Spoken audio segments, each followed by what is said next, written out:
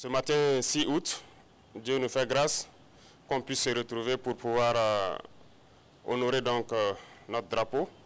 Il y a 2 jours de cela, avant-hier, 4 août, nous célébrions donc l'anniversaire de l'avènement de la révolution du Burkina Faso, qui a vu donc naître la lutte pour notre indépendance réelle.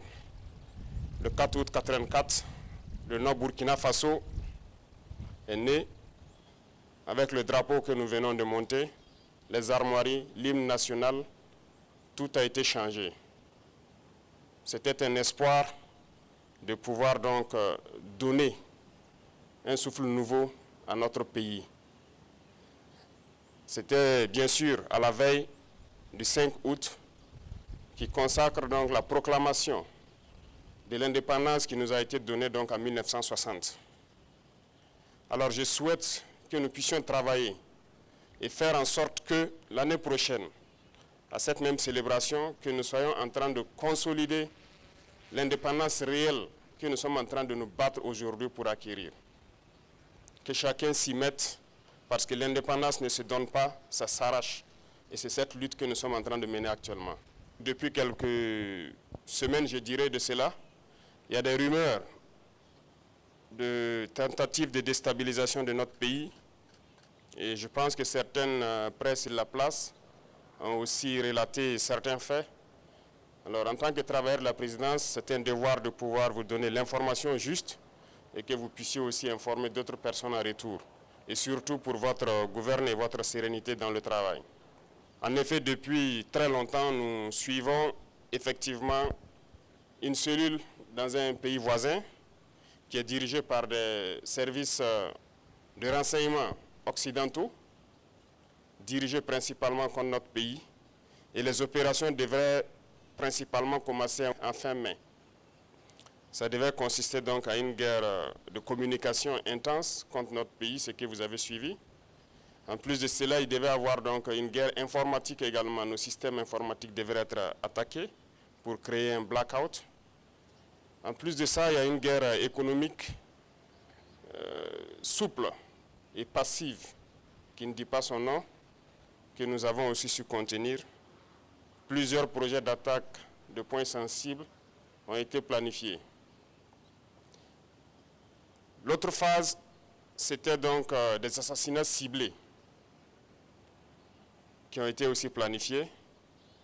Et ensuite, les attaques de masse devraient avoir lieu donc au sein des FDS, mais surtout des attaques lâches qui devraient avoir lieu dans les villes et qui avaient pour cible principale donc les agents de la veille citoyenne que vous connaissez sous le nom de Waïa.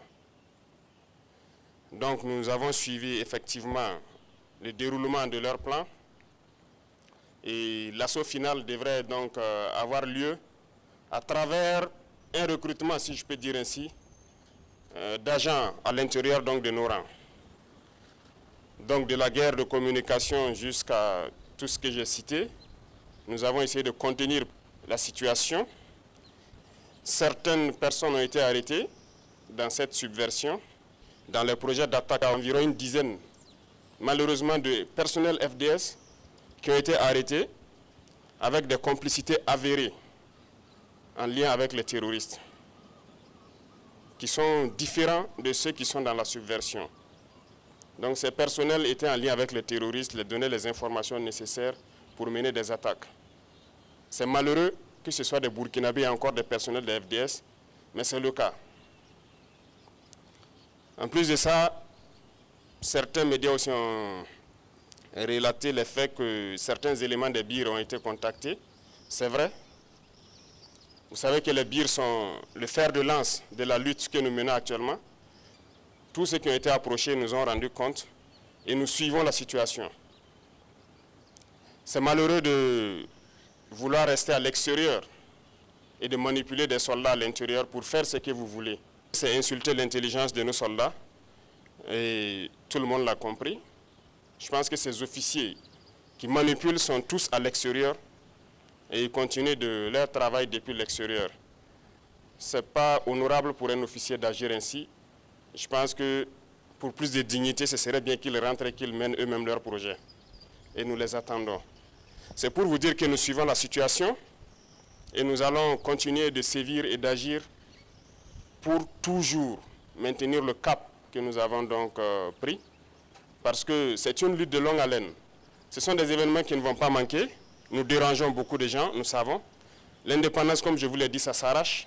Donc, ces projets de déstabilisation vont toujours continuer à exister, mais nous nous battrons contre cela, parce qu'une révolution, ça se combat toujours.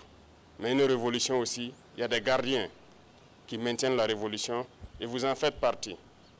Il y a des gens qui n'ont pas été arrêtés jusque-là, qui pensent avoir eu la chance. Non, ils n'ont pas de chance. Nous les suivons. Donc tous ceux qui sont dans ces projets, c'est les inviter à se départir, parce que nous n'allons pas hésiter un seul instant à agir comme il le faut pour l'intérêt du Burkina Faso. Et j'espère qu'ils nous comprennent et qu'ils nous entendent. Donc voilà l'information que je tenais à vous donner, et que les gens soient sereins. Nous allons continuer d'évoluer. Nous prendrons toutes les mesures nécessaires pour que le Burkina Faso existe et soit comme nous le souhaitons.